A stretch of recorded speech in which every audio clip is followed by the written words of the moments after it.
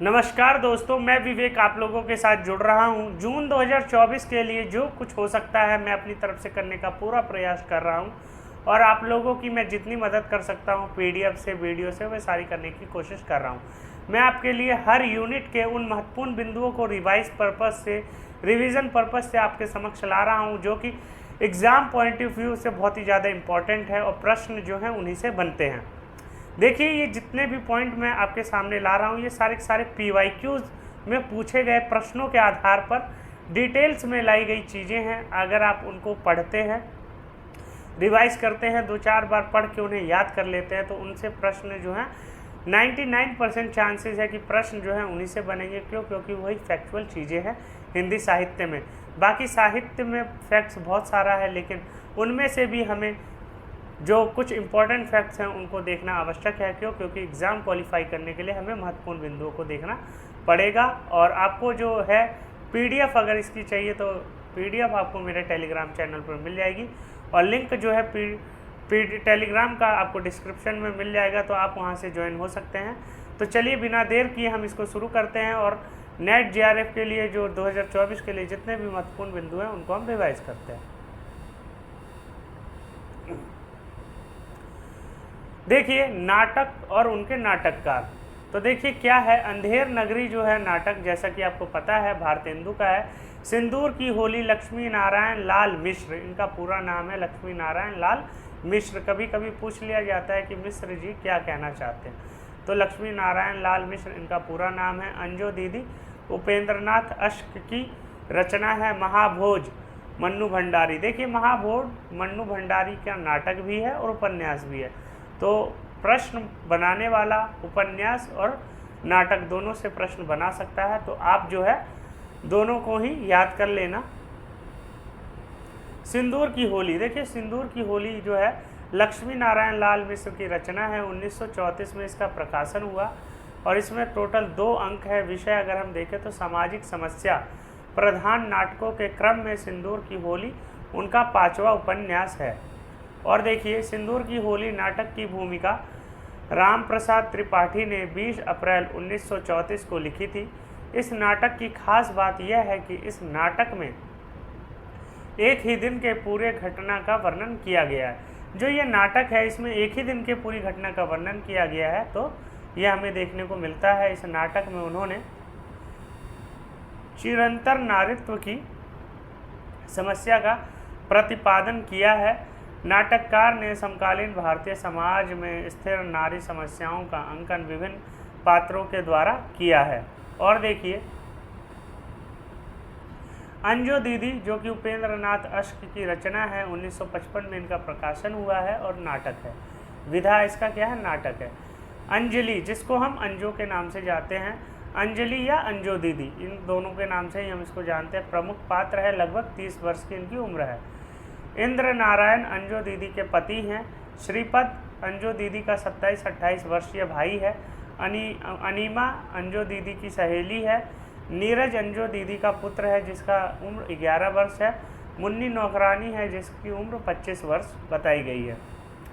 इस नाटक में अंजो या अंजलि के माध्यम से स्त्री पुरुष संबंधों के साथ वक्त की पाबंदी वर्गित की गई है। जैसा कि आपको पता है, जो अंजो दीदी का स्वभाव है वो बहुत ही ज़्यादा, मतलब वह समय से बहुत ही ज़्यादा पाबंद है। वह समय को बहुत ही ज़्यादा मेंटेन करके रखती है। टाइम टेबल शेड्यूल्ड है, पंक्चुअल है, एक तरह से हम कह सकते हैं। और देखिए क्या है,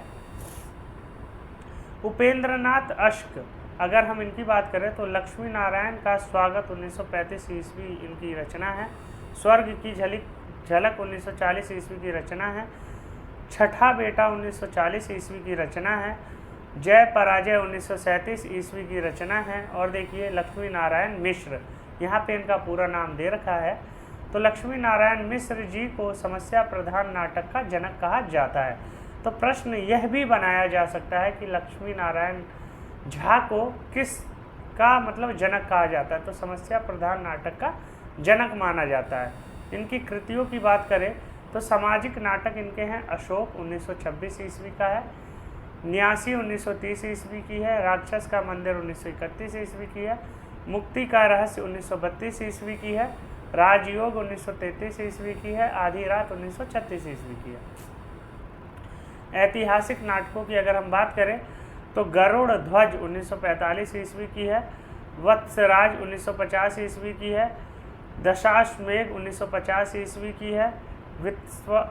वितस्ता की लहरें 1957 ईस्वी की है।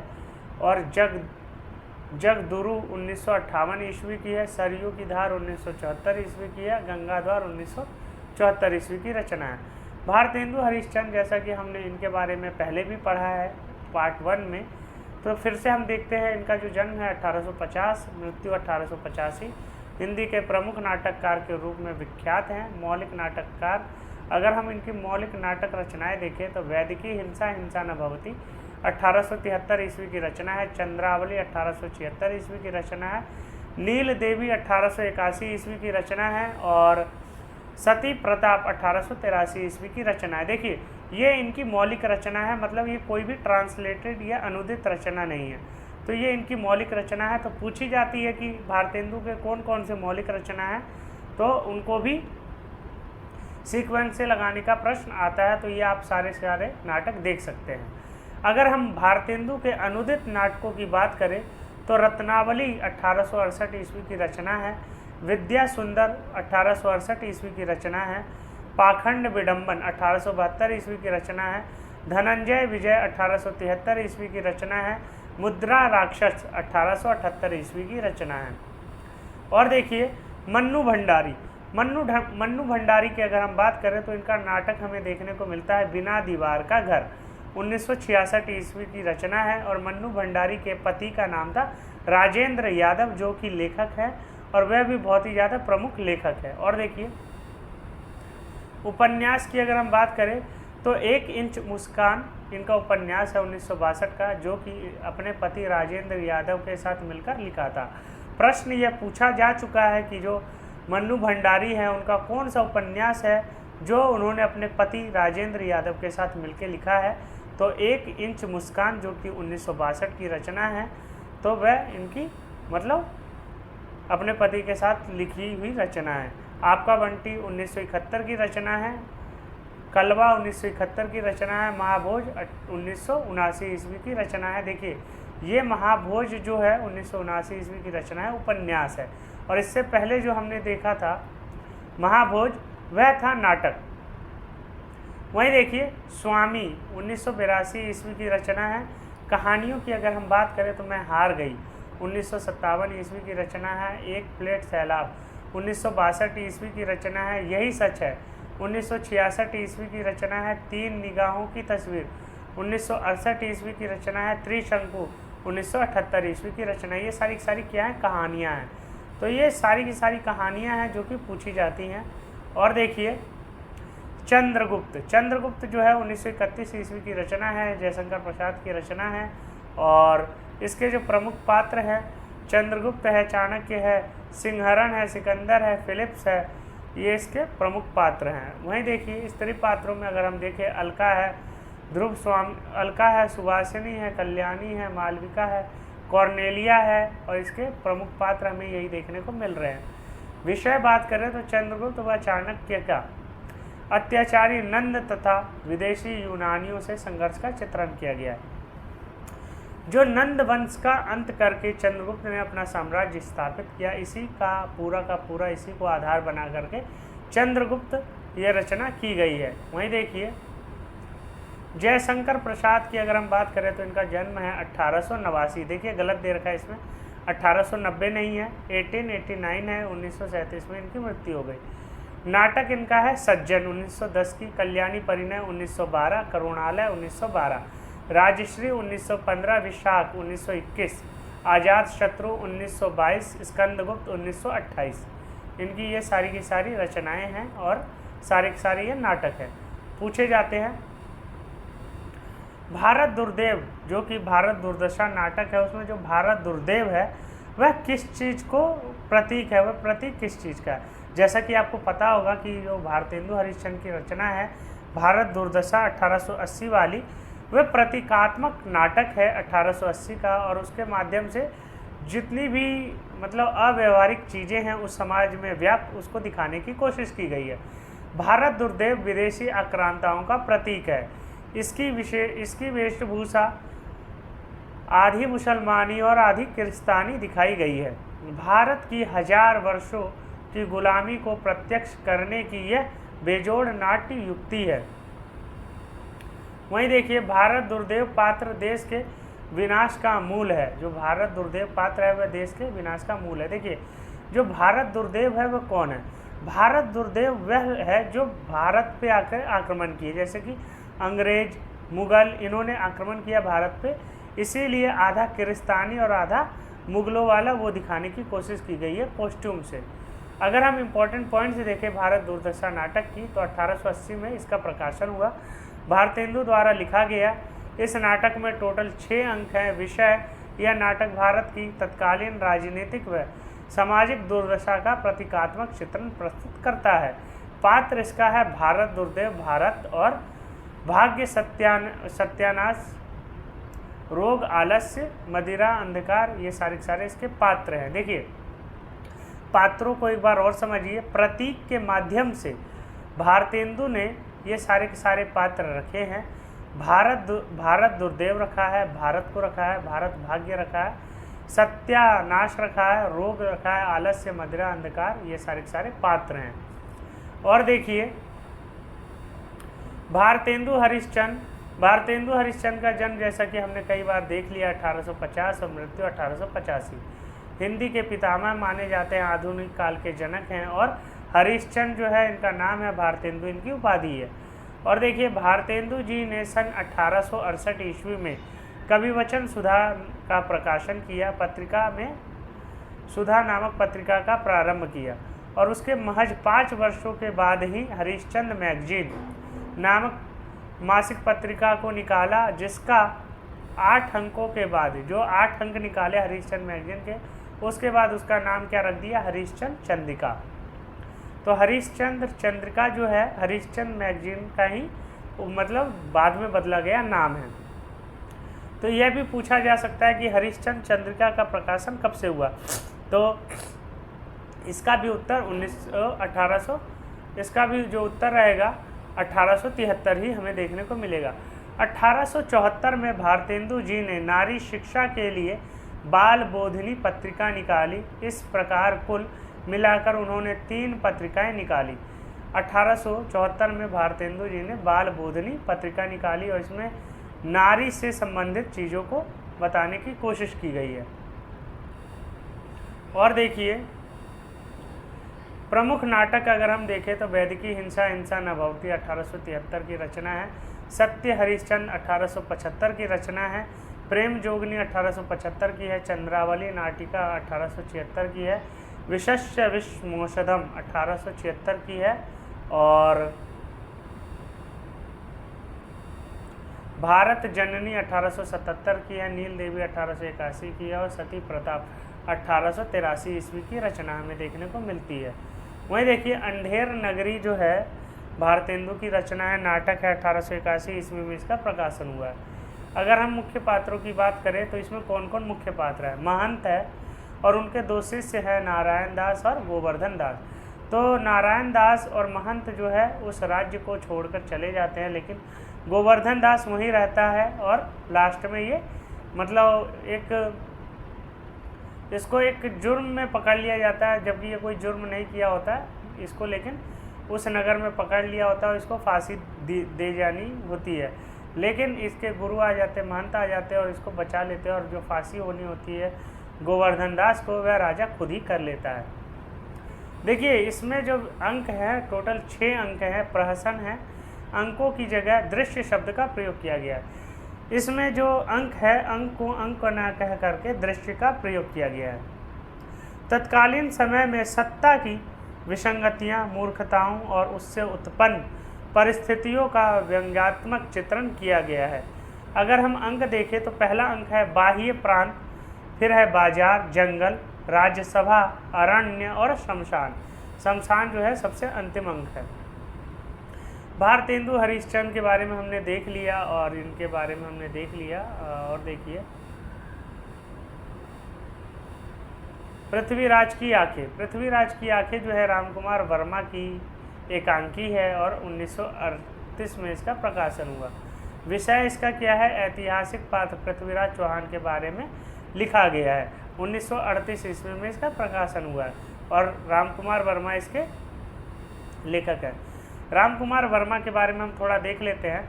तो राम कुमार वर्मा का जो जन्म है 1905 में हुआ। देखिए कुछ जो लेखक हैं उनके हमें जन्म याद होने चाहिए, जैसे कि जो प्रेमचंद है उनका जन्म कब हुआ? तो 1880 में उनका जन्म हुआ। महादेवी वर्मा का जन्म कब हुआ? 1907 में हुआ। और जयशंकर प्रसाद का जन्म कब हुआ? 1889 में, 1889 में। और निराला का जन्म कब हुआ? तो 1899 में। और पल्लव पंत 1900 में इनका जन्म हुआ। वहीं देखिए मतलब इन कुछ ऐसे रचनाकार हैं जिनसे मतलब उनके जन्म के बारे में पूछ लिया जाता है, तो हमें उनके जन्म का डेट ऑफ बर्थ याद होना चाहिए। तो ये जो राम कुमार वर्मा है इनका जो डेट ऑफ बर्थ है 1905 और 1990 ईस्वी में इनका जन्म हुआ। आधुनिक हिंदी साहित्य के सुप्रसिद्ध कवि, एकांकीकार और आलोचक माने जाते हैं। एकांकी इनकी है रेशमी टाई, विभूति, कौमुदी महोत्सव, दीपदान और काम, कंदला, बापू, इंद्रधनुष, औरंगजेब की आखिरी रात आदि। बादल की मत्य एकांकी की रचना 1930 ईस्वी में हुई है। और देखिए रचनाकार, विधा और लेखक। एक कंठ विषपाई जो रचना है नाटक है और दुष्यंत कुमार की रचना है।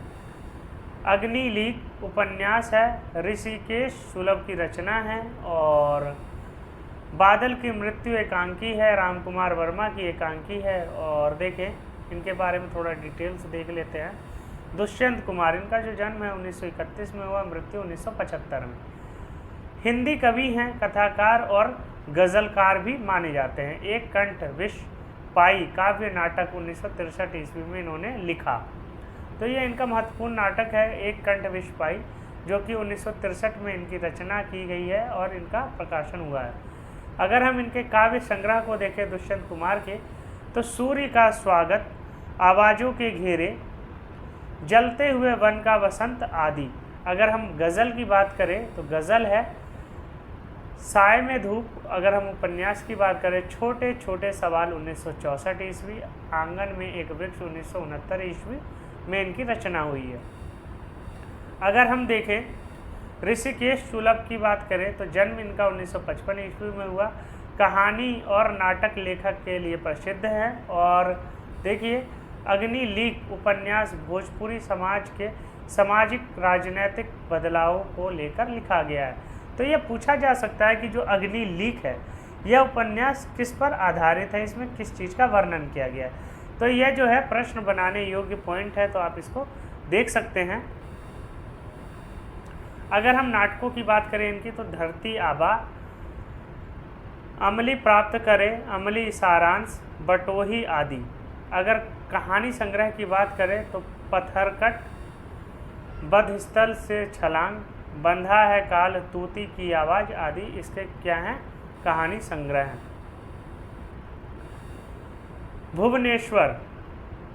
भुवनेश्वर की बात करें तो इनका जो जन्म है 1910 में, मृत्यु 1957 में। हिंदी के प्रसिद्ध एकांकीकार, लेखक एवं कवि हैं। नाटक की अगर हम बात करें तो ये बड़े ही अलग प्रकार के नाटक लिखते हैं। और भुवनेश्वर का जो तांबे के कीड़े है, बहुत ही ज़्यादा प्रसिद्ध नाटक है भुवनेश्वर का तांबे के कीड़े। और ये पूछा जाता है एक साम्यहीन साम्यवादी, श्यामा एक वैवाहिक विडंबना, कारवा एकांकी संग्रह। कारवा भी पूछा जाता है कि किसका एकांकी संग्रह, तो भुवनेश्वर का है। स्ट्राइक एकांकी, ऊसर के नाम सिंह चरित्र एकांकी आदि। भारत भूषण अग्रवाल, इनका जो जन्म है, जन्म 1919 ईस्वी में हुआ और 1975 ईस्वी में इनका निधन हुआ। तार सप्तक 1943 ईस्वी के मुख्य कवि माने जाते हैं। जैसा कि आपको पता है जो तार सप्तक है या प्रयोगवाद, देखिए तार सप्तक प्रयोगवाद, इसका जो आरंभ है अज्ञेय से माना जाता है। और अज्ञेय जो है, अज्ञेय ने ही तार सप्तक का संपादन किया, जिसमें 7 कवि हुआ करते थे। और उसमें भारत भूषण अग्रवाल जो है महत्वपूर्ण कवि माने जाते हैं और पहले सप्तक के कवि के अंतर्गत आते हैं। तार सप्तक 1943 ईस्वी के मुख्य कवि कविता है। और काव्य संग्रह की बात करें तो छवि के बंधन 1941 ईस्वी की रचना है। जागते रहो 1942 ईस्वी की रचना है। मुक्ति मार्ग 1947 ईस्वी की रचना है। ओ अप्रस्तुत मन 1958 ईस्वी की रचना है। कागज के फूल 1963 ईस्वी की रचना है। अगर हम रचनाकार और रचना की बात करें तो मृदुला गर्ग एक और अजनबी, और शंकर शेष एक और द्रोणाचार्य, और सुरेंद्र वर्मा आठवां सर्ग।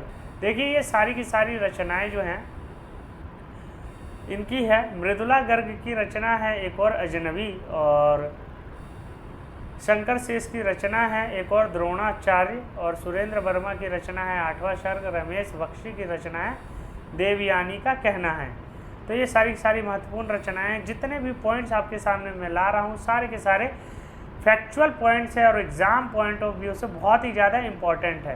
क्यों? क्योंकि फैक्ट्स तो सब देते हैं, लेकिन जो इम्पोर्टेंट चीज़ें होती है वह बहुत ही कम लोग देते हैं, और उसकी PDF फ्री में मिल जाए ये तो और भी अच्छी बात है। तो चलिए और बिंदुओं को देखते हैं। मृदुला गर्ग को मिलजुल मन उपन्यास के लिए सन 2013 में साहित्य अकादमी पुरस्कार से सम्मानित किया गया है। मृदुला गर्ग के नाटक एक और अजनबी को आकाशवाणी द्वारा 1978 ईस्वी में पुरस्कृत किया गया। इजेबेल एंड्यूस को एकांकी ब्राइड फ्रॉम द हिल्स का हिंदी में दुल्हन एक पहाड़ के नाम से मृदुला गर्ग ने अनुवाद किया है। कठगुलाम के लिए व्यास सम्मान से सम्मानित किया गया है। शंकर शेष को उनके नाटक घरौंदा और दूरियों के लिए मध्य प्रदेश सरकार द्वारा आशीर्वाद पुरस्कार से सम्मानित किया गया है। फिल्म दूरियां की कहानी के लिए उन्हें फिल्म फेयर पुरस्कार से सम्मानित किया गया है। सुरेंद्र वर्मा को मुझे चांद चाहिए उपन्यास के लिए साहित्य अकादमी पुरस्कार से सम्मानित किया गया। देखिए ये सारे के सारे उपन्यास का रचनाकार और उनकी उपाधियां जो उन्होंने प्राप्त की हैं उनके बारे में है, और इनसे प्रश्न जो है बनता है, 1 या 2 प्रश्न अवश्य बनता है। तो ये सारी चीज़ें जो है हमें मतलब याद करने की कोशिश करनी चाहिए, जिससे क्या है हम प्रश्न को कर सकें। याद नहीं कर सकते तो कम से कम 5 से 7 बार रिवीजन कर लें, ताकि चीज़ें क्लिक कर जाए अगर हम क्वेश्चन को पढ़ें तो। रचनाकार, जन्म और रचनाएं। देखिए मृदुला गर्ग का जो जन्म है 1938 ईस्वी में हुआ। इनका नाटक है एक और अजनबी। 1978 का इनका है जादू का कालीन। 1993 में है कितनी कैदे। दुल्हन एक पहाड़ की दूसरा संस्करण में ये जो है ये ट्रांसलेटेड इनकी रचना है। और देखिए शंकर शेष का जो जन्म है 1933 में हुआ। एक और द्रोणाचार्य इनका नाटक है। और घरौंदा 1978 ईस्वी की रचना है। अरे अरे मायावी सरोवर 1980 ईस्वी की रचना है। रक्तबीज, बंधन, अपने अपने पोस्ट और खजुराहो का शिल्पी, ये सारी की सारी इनकी महत्वपूर्ण रचनाएं हैं। और देखिए सुरेंद्र वर्मा की अगर हम बात करें तो 1941 में इनका जन्म हुआ। और द्रौपदी 1972 ईस्वी की रचना है। सेतुबंध 1972 ईस्वी की रचना है। नायक खलनायक विदूषक 1972 ईस्वी की रचना है। सूर्य की अंतिम किरण से पहली किरण तक 1975 ईस्वी की रचना है। आठवां सर्ग 1976 ईस्वी की रचना है। छोटे सैयद बड़े सैयद 1982 ईस्वी की रचना है। एक दूनी एक 1987 ईस्वी की रचना है। शकुंतला की अंगूठी 1990 ईस्वी की रचना है। कैदे हयात 1993 ईस्वी की रचना है। रमेश बख्शी 1936 में इनका जन्म हुआ और नाटक इनका है देवयानी का कहना है। और 1972 का इनका प्रकाशन वर्ष है। तीसरा साथी होगा ये 1975 की रचना है। वामाचार 1977 की है। कसे हुए तार 1979 ईस्वी की रचना है। याद के घर, ये सारी इनकी रचनाएं हैं। और देखिए स्कंदगुप्त जो नाटक है प्रसाद का 1928 में इसका प्रकाशन हुआ है। नाटक विधा है और भारतीय व यूरोपीय नाटकों का समन्वय किया गया, मतलब दोनों को जोड़ करके, दोनों की जो नाटक की परंपरा है उनको जोड़ करके लिखा गया है प्रसाद द्वारा। कुमारगुप्त के विलासी साम्राज्य की आंतरिक स्थिति का चित्रण किया गया है। पात्र इसमें स्कंदगुप्त, कुमारगुप्त, पर्णदत्त, चक्रपालित, देवकी, आनंद देवी, देवसेना, विजया आदि इसके प्रमुख पात्र हैं। वहीं देखिए जयशंकर प्रसाद के बारे में, जन्म 1889 में हुआ, नाटककार है, बहुत ही ज़्यादा प्रसिद्ध नाटककार है। नाटक का आरंभ ही इन्हीं से माना जाता है। देखिए सज्जन जो इनकी रचना है 1910 की है, कल्याणी परिणय 1912 की है, करुणालय 1912 की है, विशाख दत्त 1921 की है, कामना 1927 ईस्वी की रचना है। वहीं देखिए मिश्र जी, देखिए लक्ष्मी नारायण मिश्र लाल, लक्ष्मी नारायण लाल मिश्र जिनका पूरा नाम था, यहाँ पे देखिए केवल मिश्र जी के नाम से संबोधित किया गया है। मिश्र जी ने परंपरा से हटकर सह शिक्षा, बहुविवाद, अनैतिक संबंध आदि सामाजिक समस्याओं को केंद्र में रखकर नाटकों की रचना की है। इस समस्याओं का समाधान भारतीय जीवन मूल्यों को दृष्टि में रखकर प्रस्तुत किया है।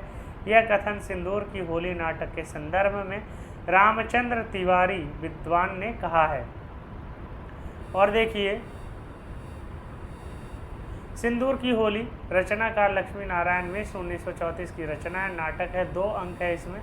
विषय इसका है सामाजिक समस्या प्रधान नाटकों के क्रम में सिंदूर की होली। उनका 5वां नाटक है सिंदूर की होली। नाटक की भूमिका राम प्रसाद त्रिपाठी ने 20 अप्रैल 1934 को लिखी थी। प्रश्न पूछा जाता है कि सिंदूर की होली की जो भूमिका है वह किसने लिखी है, तो राम प्रसाद त्रिपाठी ने। कब लिखी थी? 1934 को, 20 अप्रैल को। इस नाटक में उन्होंने चिरंतर नारीत्व की समस्या का प्रतिपादन किया है। नाटककार ने समकालीन भारतीय समाज में स्थित नारी समस्याओं का अंकन विभिन्न पात्रों के द्वारा किया है। वहीं देखिए लक्ष्मी नारायण मिश्र जी को समस्या प्रधान नाटकों का जनक माना जाता है। प्रश्न यह भी पूछा जाता है कि समस्या प्रधान नाटकों का जनक किसे कहा जाता है, तो लक्ष्मी नारायण मिश्र, इनको समस्या प्रधान नाटकों का जनक कहा जाता है। कृतियाँ अगर हम इनकी देखें तो सामाजिक नाटक इनके हैं अशोक 1926 का, न्यासी 1930 का, राक्षस का मंदिर 1931 का है, मुक्ति का रहस्य 1932 का है, राजयोग 1933 का है, आधी रात 1936 ईस्वी की रचना है। साहित्य नाटक, ऐतिहासिक नाटक अगर हम देखें तो गरुड़ ध्वज 1945 ईस्वी की रचना है, वत्सराज 1950 ईस्वी की रचना है, दशाशेष मेष 1950 ईस्वी की रचना है, वितस्तता की लहरें 1957 ईस्वी की रचना है। और देखिए जगत गुरु 1958 ईस्वी की रचना है, सरयू की धार 1974 ईस्वी की रचना है और गंगाद्वार 1974 ईस्वी की रचना है। अंधा युग नाटक का नायक अश्वत्थामा है, जो महाभारत के 18वें दिन के बाद की बात की गई है। अंधा युग का जो प्रकाशन है 1954 में हुआ और इसकी अगर हम विशेष बातों को देखें तो प्रथम 3 अंक के बाद अंतराल आता है, चौथे और 5वें अंक के बाद समाप्त हो जाता है। टोटल इसमें कितने अंक हैं? टोटल इसमें 5 अंक हैं अंधा युग, जिसका नाम प्रभु की मृत्यु पर खत्म होता है, मतलब आखिरी अंक है प्रभु की मृत्यु। अंधा युग एक बहुत अद्भुत और परमाणु हमले पर आधारित लिखा गया नाटक है। यह भी पूछा जाता है कि अंधा युग जो धर्मवीर भारती की रचना है वह किसको आधार बनाकर लिखी गई है, तो जो परमाणु हमला हुआ था द्वितीय विश्व युद्ध का, उसको आधार बना करके लिखा गया है। और देखिए इसके लेखक धर्मवीर भारती हैं। तो ये सारे नाटक के महत्वपूर्ण बिंदु थे जिनके ऊपर मुझे चर्चा करनी थी आपके साथ, और आपको मैंने नाटक के उन महत्वपूर्ण बिंदुओं से अवगत करा दिया है जो एग्ज़ाम पॉइंट ऑफ व्यू से इतने इम्पॉर्टेंट है, जिनसे एक वीडियो से आपके 2 या 3 क्वेश्चन ज़रूर फंसेंगे। और अगर आप सारी वीडियोस देख लेते हैं तो मैं 80 क्वेश्चनों का वादा करता हूं कि आप 80 क्वेश्चन जो है इन्हीं वीडियोस से कर लेंगे। और 30 दिन में जो रणनीति है तैयार करने की, अगर आप एक क्लास को तैयार कर लेते हैं, तैयार करने से अभिप्राय यह है कि आपने क्लास को देखा और उसके जितने भी तथ्य हैं उसको पढ़कर, लिखकर, मतलब रिवाइज कर लिया, 2 से 4 बार उसको पूरा याद कर लिया, तो आपके जो तथ्य तैयार होते चले जाएंगे और आप जो है एग्ज़ाम के लिए बहुत ही ज़्यादा उत्कृष्ट कोटि के एक स्टूडेंट के रूप में दिखेंगे और आपके अंदर खुद ही बदलाव देखने को मिलेगा। तो चलिए, नाटक के जितने भी महत्वपूर्ण तथ्य थे मैंने आपको उनसे अवगत करा दिया। इसकी PDF जो है आपको टेलीग्राम पे मिल जाएगा और टेलीग्राम का लिंक जो है डिस्क्रिप्शन में दिया हुआ है, आप वहां से जाके टेलीग्राम पे जुड़ सकते हैं। इंस्टाग्राम पे भी मुझे फॉलो कर सकते हैं। ताकि आपको न्यू अपडेट्स जो है मिलते रहें और चीज़ों को आप जानते रहें। तो हिंदी साहित्य नेट जीआरएफ का सिलसिला जो चल रहा है वह जून तक चलेगा, जब तक नेट जीआरएफ का एग्ज़ाम नहीं हो जाता, और ये सिलसिला रोज़ चलेगा और रोज़ आपको एक वीडियो प्रोवाइड की जाएगी जिसको आपको तैयार करना है, जो आपकी कामयाबी में सबसे ज़्यादा योगदान करेगा। और पीडीएफ जो है रिवाइज पर्पज़ से आपको प्रोवाइड कराई जा रही है। ये फ्री की चीज़ है, ये मत समझिएगा, बहुत ही ज़्यादा मेहनत लगती है इन पॉइंट्स को छाँटने में, और इन पॉइंट्स को मतलब महत्वपूर्ण बिंदुओं को ही मैं आपके समक्ष पेश करता हूँ। तो इन पॉइंट्स को नज़रअंदाज मत कीजिए, फ्री की चीज़ों को आसानी में मत लीजिए। जब यही चीज़ लोग पैसे दे के लेते हैं तब इनकी वैल्यू जानते हैं। मैंने भी लिया था, लेकिन मुझे इतने निम्न कोटि की वो चीज़ें मिली कि मैं उन पर विश्वास ही नहीं करता। इसीलिए मैं आपको वो चीज़ दे रहा हूँ जो मेरे को लगता है कि हाँ, इनसे प्रश्न बन सकते हैं, और यूजीसी नेट के लिए यही इम्पोर्टेंट है।